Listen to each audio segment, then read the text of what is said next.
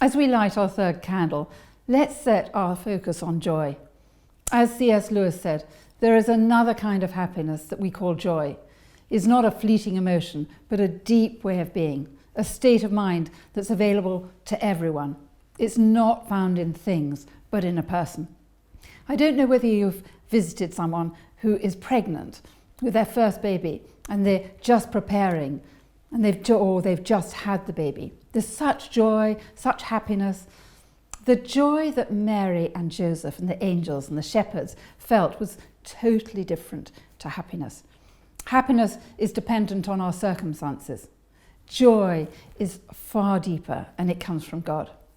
We see that joy filled Mary as she releases her prophetic song whilst carrying Jesus within her. She sang this song, "My soul is ecstatic, overflowing with the praises to God. My spirit bursts with joy over my life-giving God. For he set his tender gaze upon me, his lowly servant girl. And from here on, everyone will know that I have been favoured and blessed. The Mighty One has worked a mighty miracle for me. Holy is his name. Mercy kisses all who fear him from one generation to the next." What a challenge hers and Joseph's reaction to the news is actually for all of us.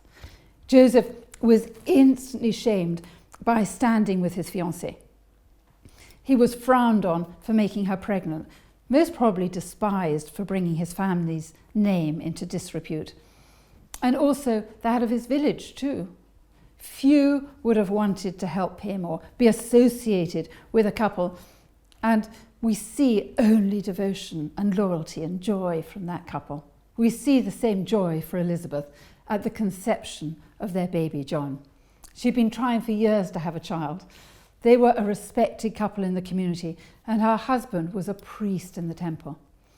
Zachariah could well have married again in order to have a child, but he is faithful to her and to God. Elizabeth would have suffered from shame and guilt of not being able to conceive. We don't see bitterness or jealousy arise, though, do we? She keeps her love and her devotion to God and just continues to trust him. And then God, in his faithfulness, reaches out and touches her, and everything changes. She becomes pregnant, and she stays at home during those 5 months saying, "The Lord has done this for me. In these days he has shown his favour and taken away my disgrace among the people."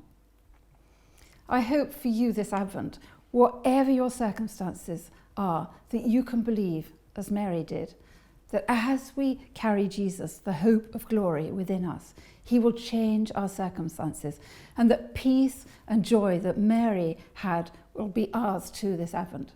The Bible says in Luke chapter 2, "I bring you good news that will cause great joy for all people."